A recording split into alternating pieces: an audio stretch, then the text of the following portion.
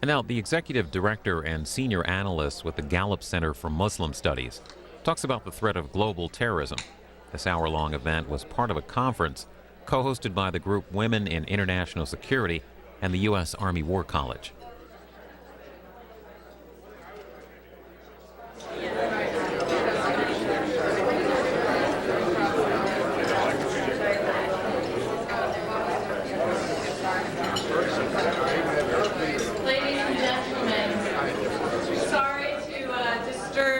The great conversations that are going on right now, but hopefully we can continue them later on today. I have the pleasure right now to introduce our guest speaker for our lunch today, Miss Dalia Mogahed.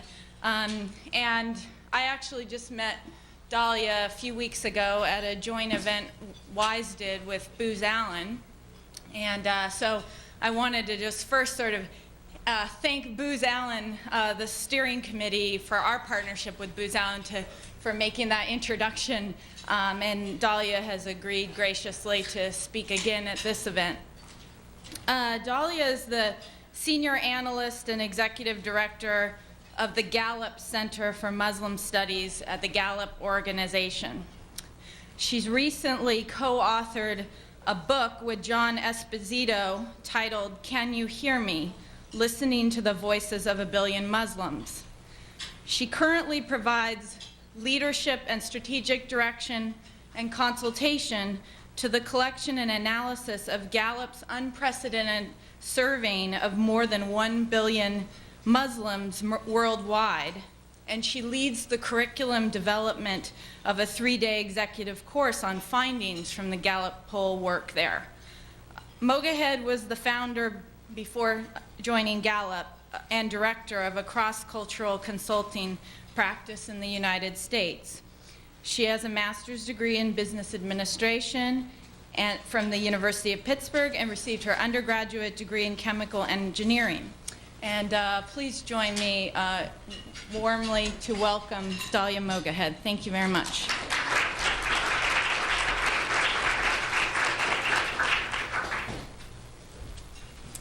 Good afternoon, everybody.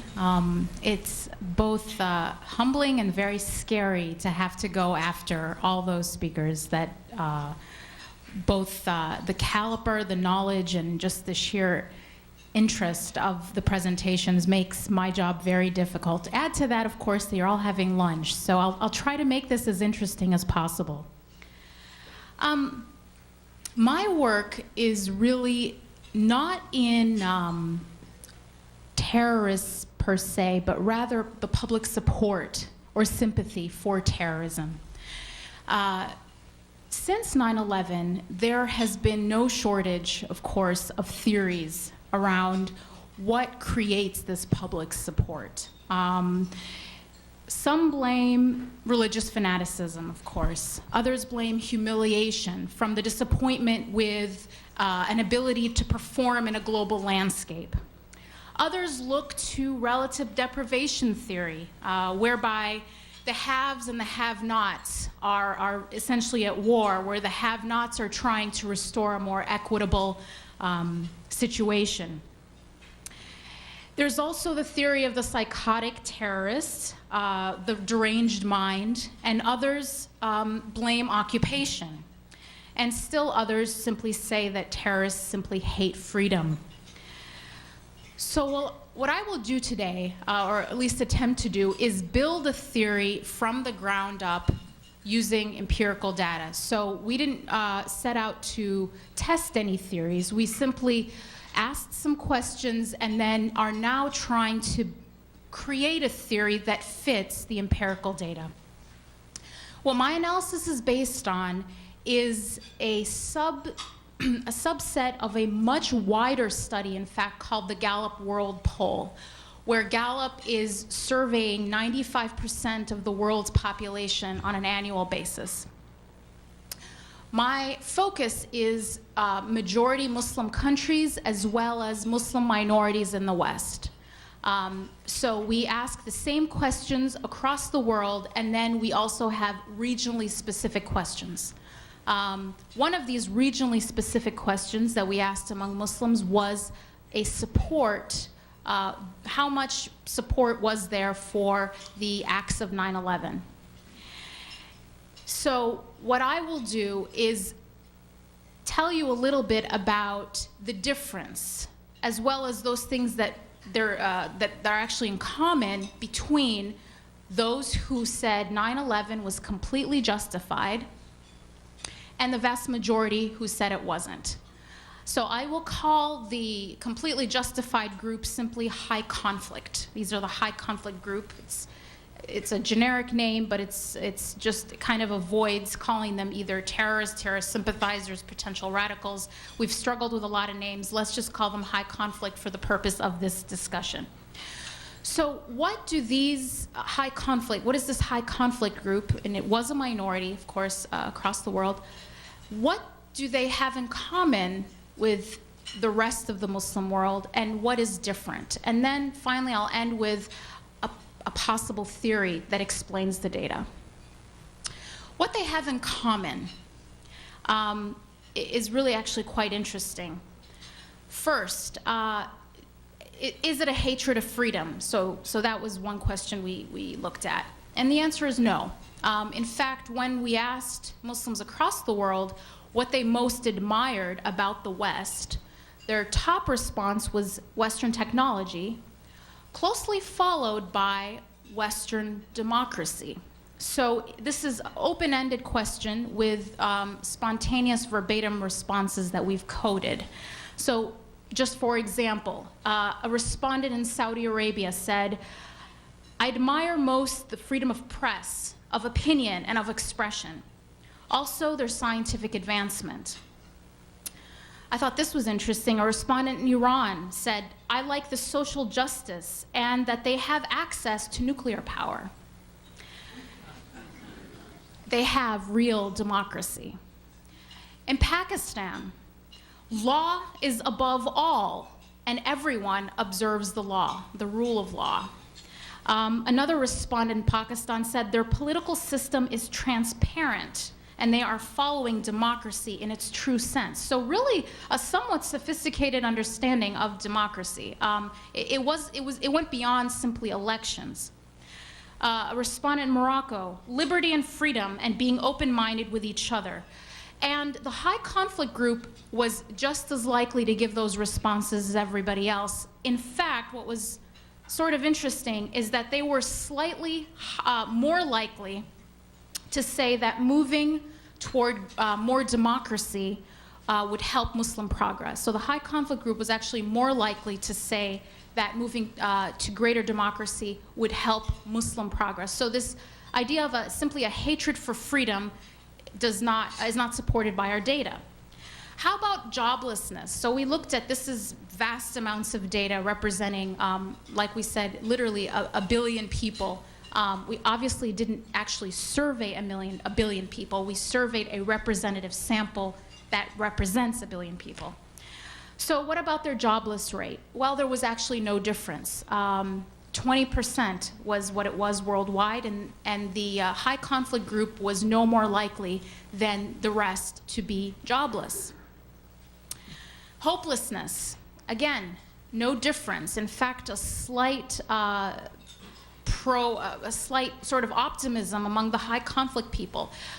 Muslims as a whole tended to actually be pretty optimistic about their future, believed that things would get better. And the high conflict group was just as likely, if not more likely, to believe that their future was bright. Now, this was the most surprising, I think, for me at least. The high conflict group was just as likely as the rest to say that better relations with the West was of personal concern. And there was a significant percentage of Muslims overall that said that indeed better relations was something that they personally thought was important. Now, this is where I think this next point is really where I think we should focus a lot of attention, which is this sense of humiliation. Jessica Stern, of course, went out and interviewed terrorists and found that one thing they had in common was humiliation, a sense of humiliation. We found that this was in fact something that was shared across the Muslim world, is a sense that the West in general, and the United States in particular, disrespected and humiliated Muslims and Islam. This is not something that the high conflict group was unique in. In fact, it was a widespread perception. So for example, a respondent in Pakistan said, "A whole lobby of the West is working against Muslims and damaging our image. They should stop and respect Islamic values."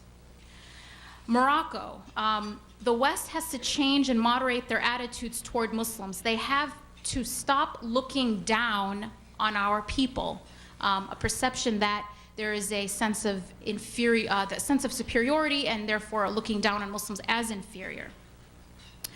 In Lebanon, don't classify all Arabs as terrorists. Protest against any defiling of the Quran and punish those who do so, like those in Guantanamo jail. And in Pakistan, they should consider us as human beings and should end the war and be at peace with the Muslim world. So this idea that the West doesn't even look at Muslims as being human and that it is actually at war against Muslims in general. The West should treat Muslims equally, against the same theme, and improve their relations because now they look down upon us. So this is a widespread perception, and why it's so important is because, as many of you of course know, humiliation is such a combustible emotion. It's been called the nuclear bomb of emotion. Because it's so widespread, any small trigger can really cause an eruption, which is in fact what we saw with the Prophet cartoon. If you remember, it's about a year ago now that the controversy over the Prophet cartoon erupted. It was a trigger that ignited a pre-existing condition of widespread perceptions of humiliation. Now, this is what I thought was also a big surprise, which is religiosity. And you can, of course, measure religiosity in many different ways. The way we've traditionally measured religiosity at Gallup for many decades, as we do research across the world, is by looking at whether or not people say religion's an important part of their life, as well as their attendance at worship services. And we found that there was no difference between the high conflict group and the rest, that religiosity, at least measured in this way, was the same. In both cases, very, very high. So religion is a very important part of everybody's life. And as far as mosque, going to mosques, I thought this was most interesting. It was actually equal. It's most interesting because we often think of the indoctrination happening at mosques. So I did expect to see some difference, did not find that difference overall. And I'll tell you a little bit at the end of sort of explaining this data. I want to read you some of the verbatim responses when it comes to religiosity, though, because I think we understand sometimes in the intel community on a rational level this idea of Islam being important to people, but not at a sort of gut level emotional understanding of how important it is. We asked people across the world, Muslims, what they admired most about their own society. So we asked them about the West, and I told you what they said. We asked them what they admired most about Muslim society. And by far, I mean, when you have a majority of people giving the same response to an open-ended question, that's very significant. And the majority in many, many countries said they admired people's sincere adherence to the teachings of Islam. So I admire most the Islamic values, the beliefs and the traditions. I love the Quran and its teachings.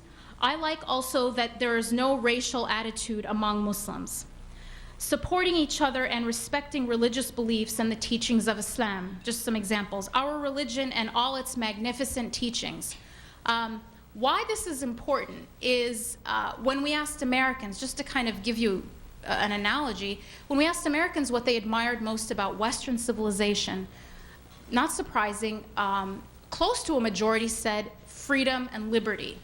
So it's this emotional value that people really have. And so when people feel like their freedom and liberty are being threatened, they react very intensely. It's exactly the same with Muslims. When they feel that their faith is being attacked or is under threat, it's that same visceral emotional reaction, because they believe it is their greatest asset and it's their highest, most cherished value. Now, what is different? If it isn't all these things, the poverty or the joblessness, religiosity not being higher, what is different about the high conflict group? Sense of threat was one difference. So when we ask people their greatest fear for their country, the high conflict group is more likely to say that their greatest fear is occupation, an invasion by the United States specifically, and sort of international socio-political threats. Whereas the general majority talk about inflation, joblessness, a personal security rather than a socio-political sense of threat. So that's one difference, is that they have a higher, more acute sense of being threatened as a people.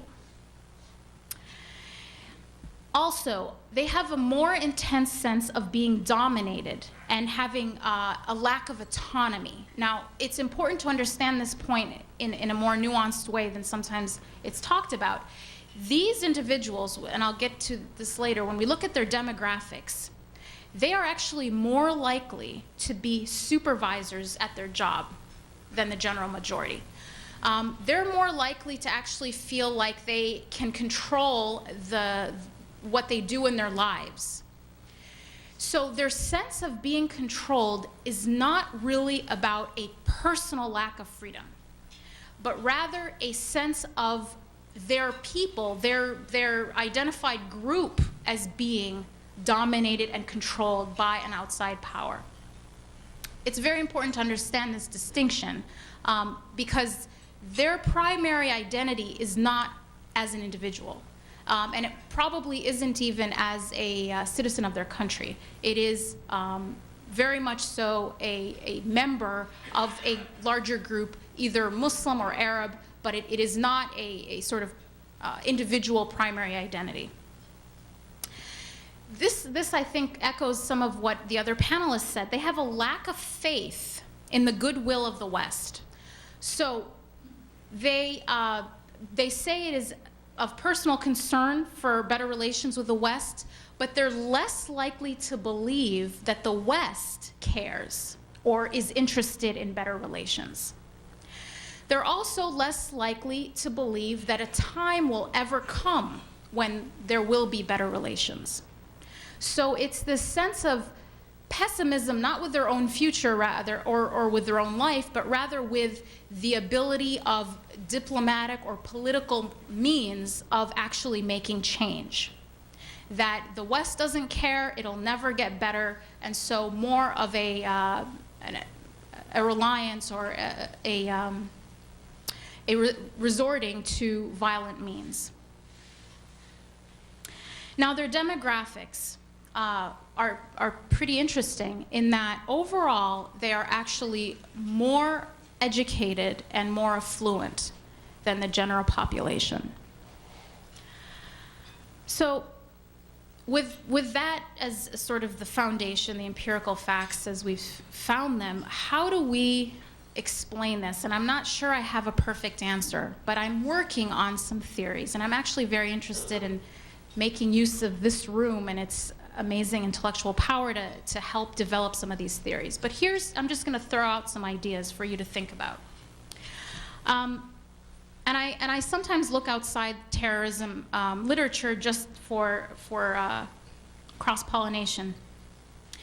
A new book came out by Ronald Engelhardt, who, of course, is the originator of the World Values Survey.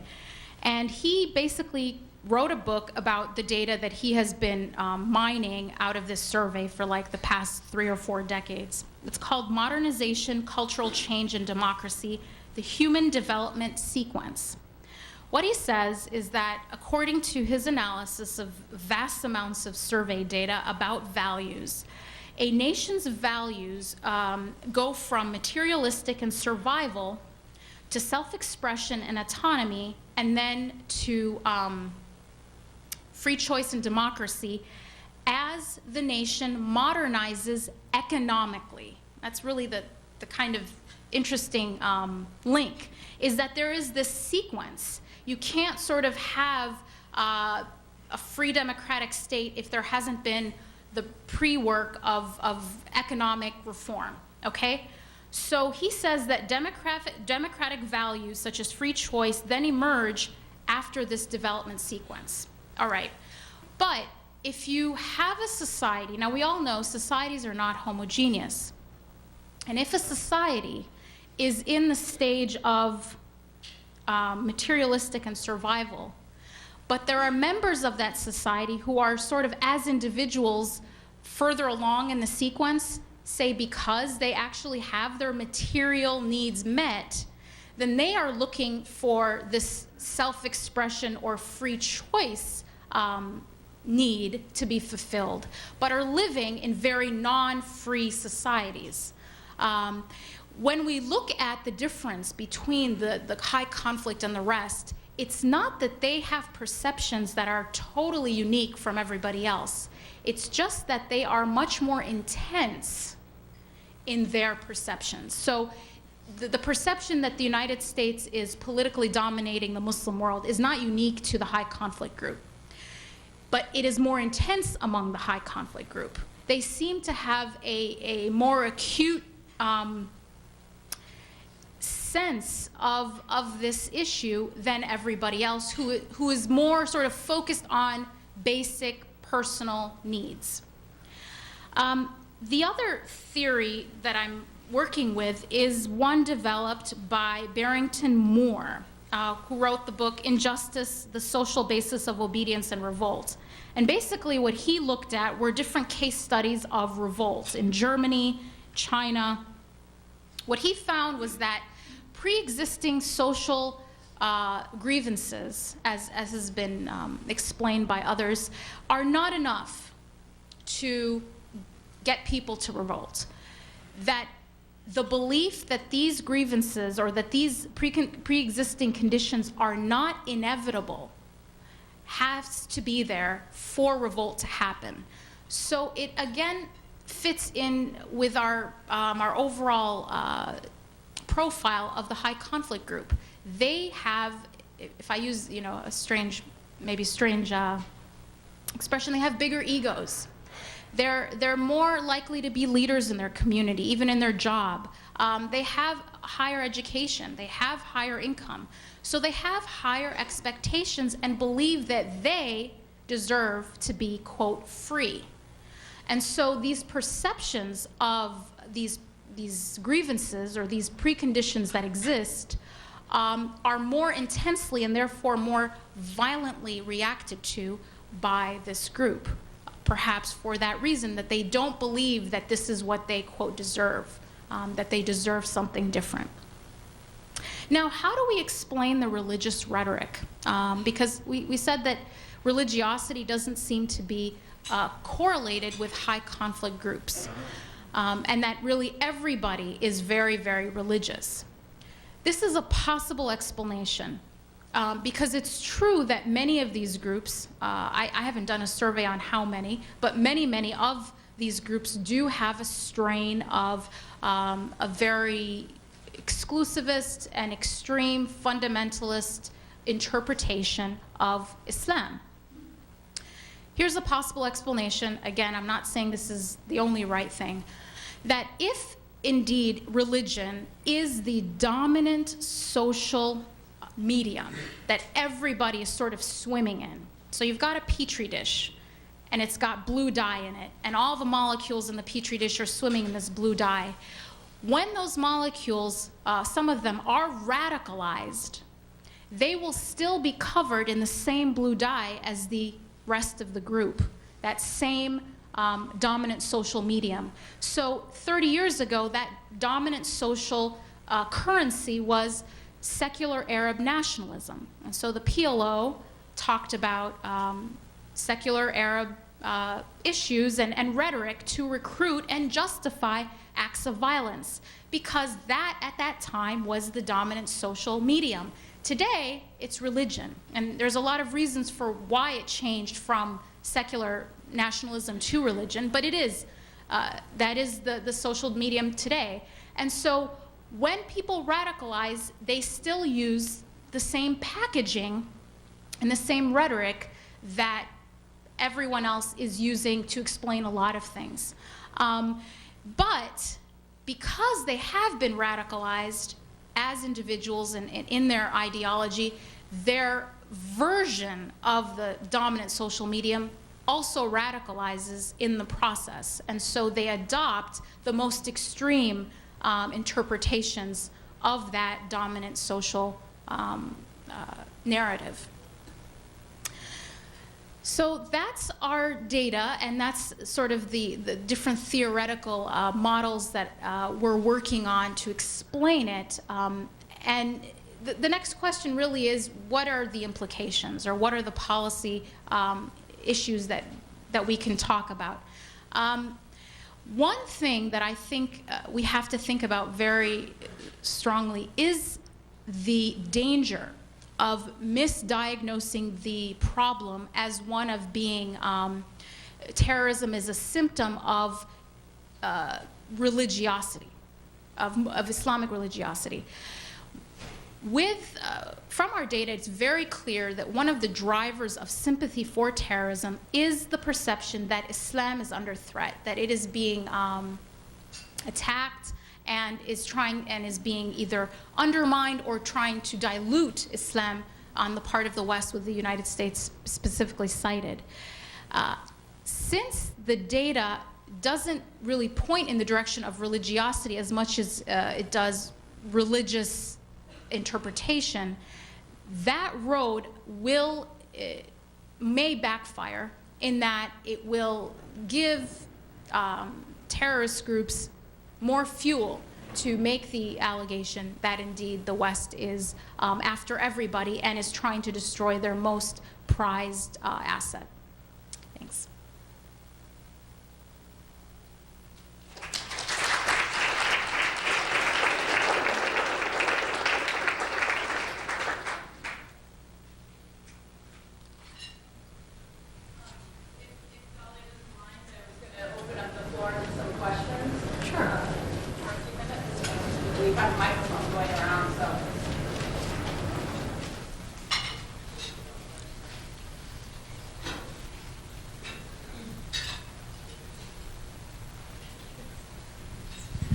I'm Nora Ben-Sahel. I'm an analyst at RAND.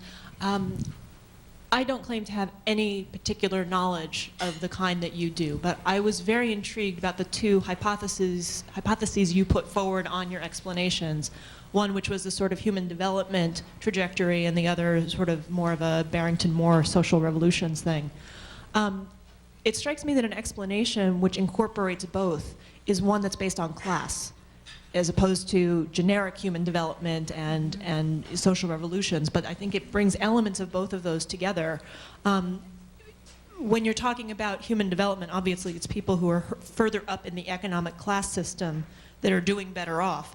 Excuse me. They also have the time, resources, mental energy, whatever you want to call it, to focus on these kinds of issues. They're also the people who may find their upward mobility most stifled by the kind of regimes they live in, by, you can't blame, the boss over you if you're sort of towards the high end of the system. You can blame the West or other governments.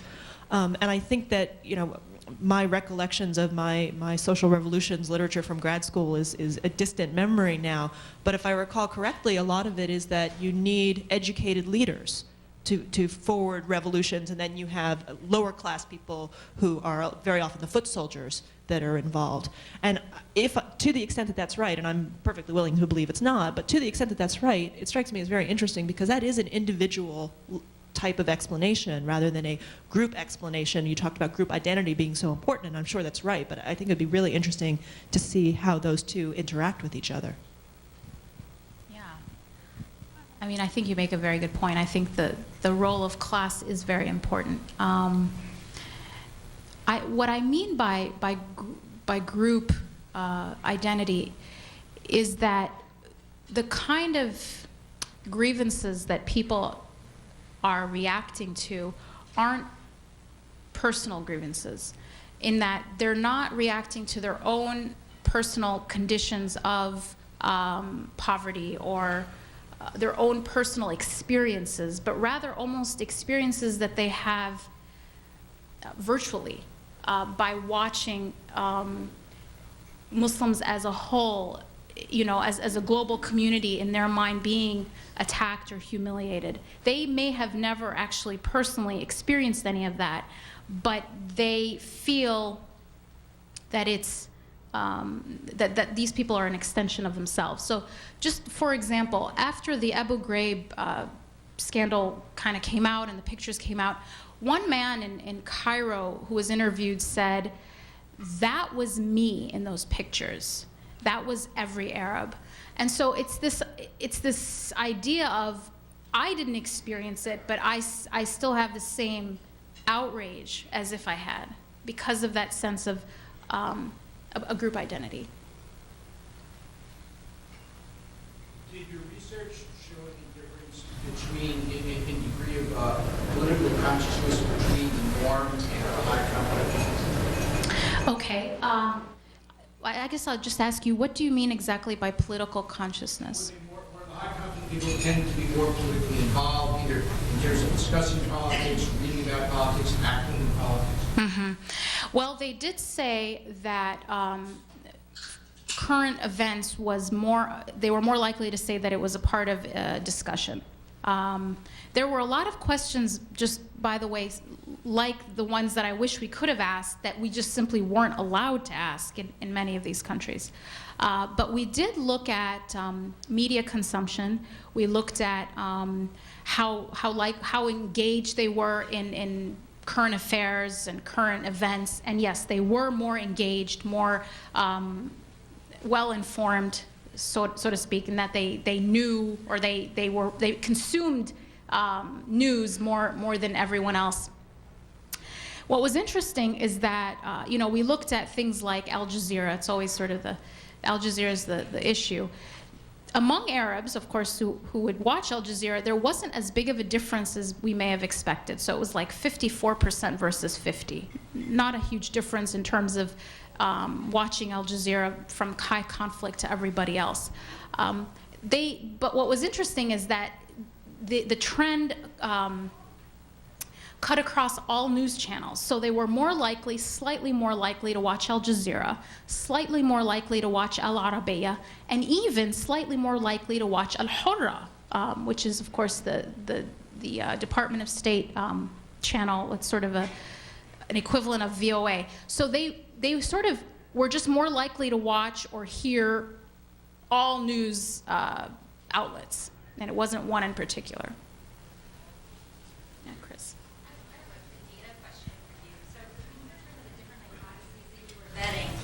Going back to the first, if you were to run a model using like a state,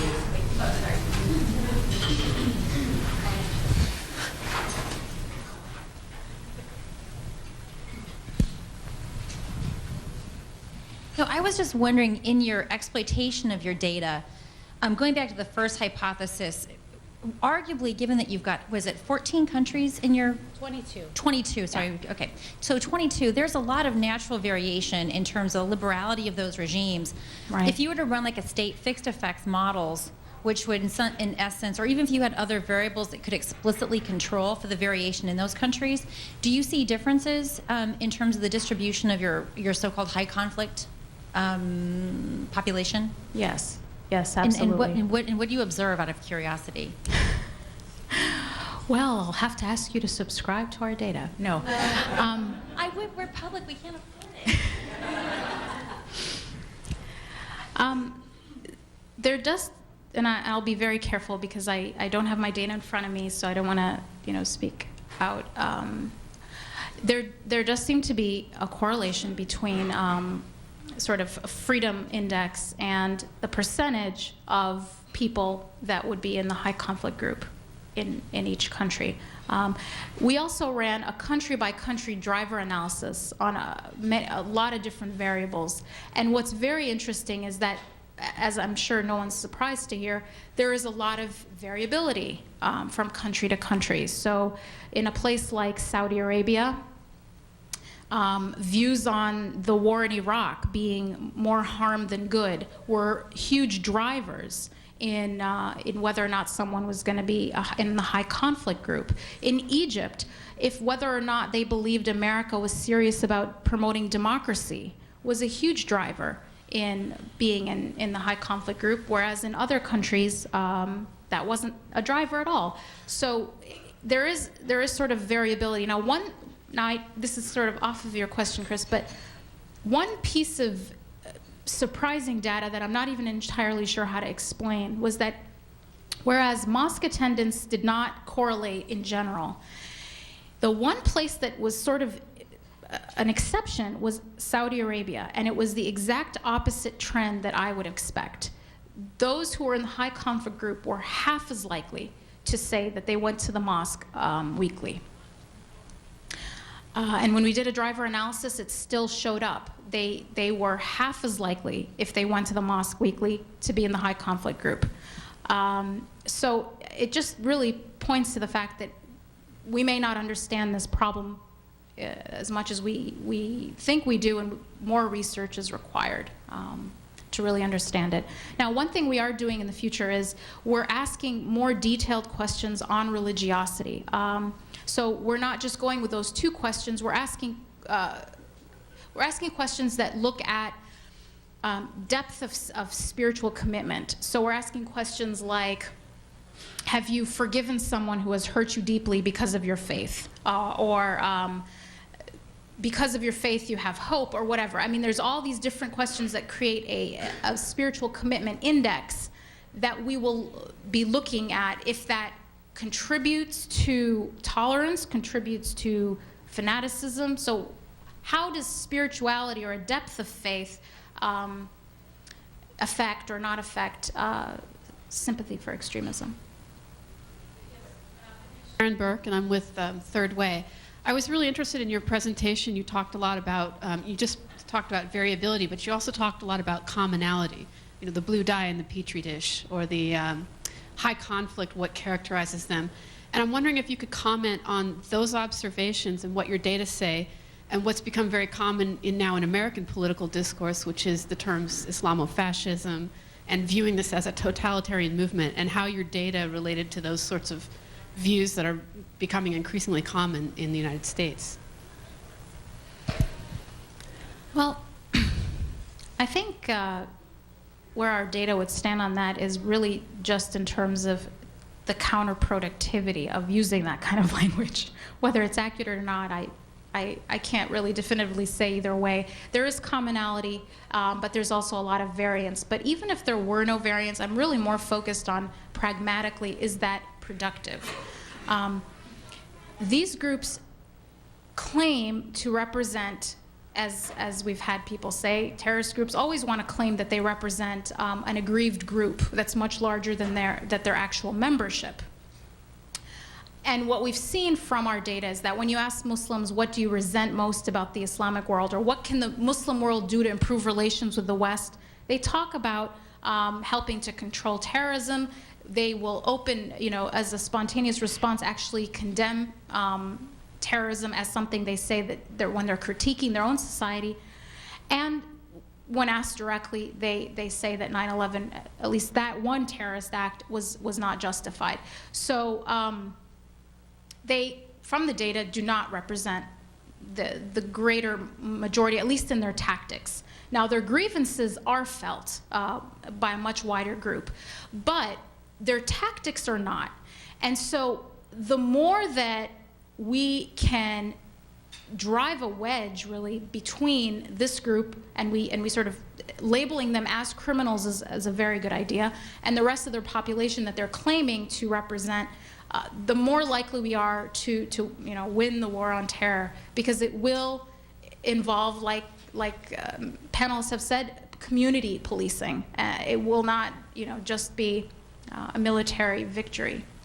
So from the data, it's very clear that that kind of language is just simply counterproductive.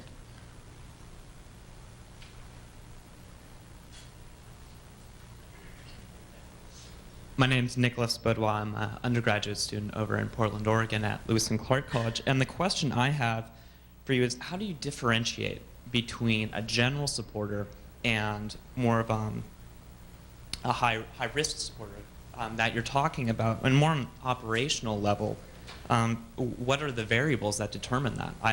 Maybe I'm missing it. I'm just not seeing exactly where that fine line, or is it a broad gray area? You're not missing it. I mean, the answer is I don't know the answer to that question. It's a very good question. And we don't actually claim to know the answer to the difference between a casual supporter who's going to say, yes, 9/11 was completely justified, and yes, I hate America. Is that person really a potential terrorist? I don't think so. Not necessarily, rather. Some of them will be, but many of them won't be. But we don't actually know that, nor do we claim to know that. The only thing we can really do is lend an empirical, wide-based, representative look at where terrorism finds sympathy, or a sympathetic ear, or sympathetic heart. Many of these people might not even be willing to, donate. We have no idea. All we know is they don't have a problem with this tactic. They thought it was morally justified. We've even asked them, this is just a follow-up question, after that question, why? Why? Why do you say that? So in Indonesia, which is the only data I've looked at so far, when we ask people, why do you say that, the ones who said it was completely unjustified have given one of two responses. Either a humanistic response, such as the loss of human life, it was a tragic loss of human life, or the second one is actually a religious response. This is against God's will, this is against the teachings of Islam, and so forth. The ones who say it's completely justified, interestingly, don't give a religious response at all, which I thought was interesting. No one mentions a verse from the Quran saying, kill the infidel, or anything like that. I mean, literally not a single person in Indonesia gave that kind of response. The kind of response we got were, in fact, very close to what I hear a lot in terrorist statements. It's a list of grievances. America's arrogant, it's an imperialistic power, it's oppressing Muslims all over the world. They're very politically oriented responses that really could have been given by any ideology, or any terrorist group with any ideology. So I don't know how many of the high conflict group are potential terrorists. All we can really do is say this group who has sympathy, who are probably the recruiting pool or potential recruiting pool, this is how they think and this is what drives them. My name is Mary Mullen. I wanted to ask about the role of the imams and their education and the very different, how different they are in many different countries. I especially wanted to refer to a Economist magazine article about King Abdullah in Saudi Arabia, who they said was now taking women with him when he traveled. He was releasing people from prison, and he was very obviously wanting to make some changes in Saudi Arabia. But at the same time that he was doing that, the imams, I'm sorry, I don't know how, I know that they have different groups of imams in Saudi Arabia, but the imams were arresting journalists who were supporting changes in Saudi Arabia. So I thought maybe you could discuss a little bit about the imams in the different countries and what their education is, what their influence is. I mean, we know in Iraq, I mean, Sadr is different from the others, so. That's a very big topic. There is a lot of diversity, of course, between different strains. There is a tremendous amount of diversity within Islam. So when we talk about imams, for example, Sheikh Ali Jum'a of Egypt, the Grand Mufti of Egypt, just issued a fatwa reaffirming his initial opinion that a woman could be the president of a secular nation state. There are other imams. There was an imam. There was a conference of imams recently in Egypt that got together and said that female genital mutilation was against Islam and was incompatible with the teachings of Islam. And then there are imams who, have very radical views, such as the ones you're talking about. One thing that we have found, though, is when change is perceived to be imposed by the West or by an outside force, people's knee-jerk reaction is to resist that change, no matter what it is, and to then align themselves with those who are resisting that change. So the more imams are viewed, this is really an interesting kind of counterintuitive thing, the more imams are viewed to be aligned with either the West or an oppressive, unpopular government, the more likely it is that people will actually, the more likely it is for those imams to become illegitimate in the eyes of the people, and for a significant group of the population to then follow radical imams who are viewed as independent and authentic. So the real danger in trying to sort of influence how Islam is being interpreted in the Muslim world by, say, supporting moderate imams, or even if it's behind closed doors, even if it's in a secretive way, there's already so much conspiracy theory out there that if there were actually truth to that conspiracy theory, it would make things worse. I mean, I've seen the issue of Egypt, where many of the public imams were actually state employees. They really were employed by the state. And so anytime they would say something that was sort of deemed as something that would be favorable to the West, the knee-jerk reaction is to immediately reject it and then seek out authentic and independent voices, which always will tend to be more radical through the internet or through other means. And so I just believe that any attempt at manipulating the way Islam is being interpreted by Muslims can really backfire, has the danger of backfiring. Could this be a reason why Muslim attendance is lower among the high competition? It's very possible that they see the imams as being, remember, I mean, Osama bin Laden, it's really interesting that oftentimes Saudi Arabia is viewed as this terrorist state, but Osama bin Laden is in fact diametrically opposed to the Saudi government.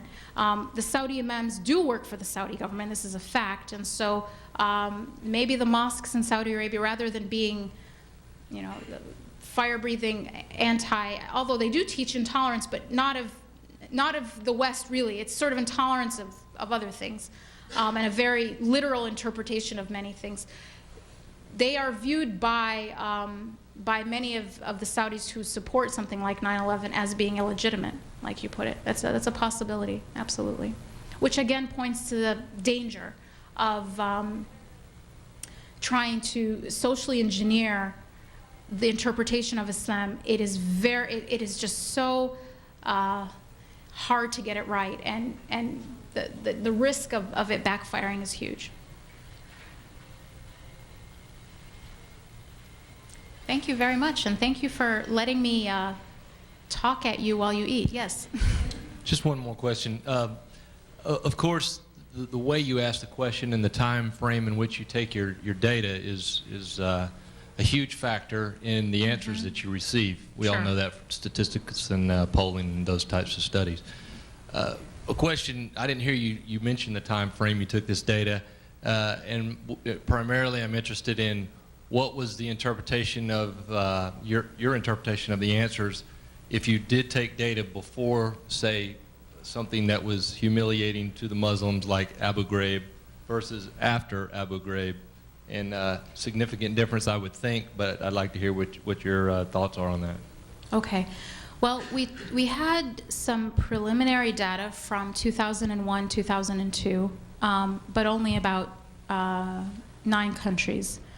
And then we redid the study from last quarter of 2005 all the way until the last part of last year. So it was about an 18-month period where we were in the field in all these 22 countries.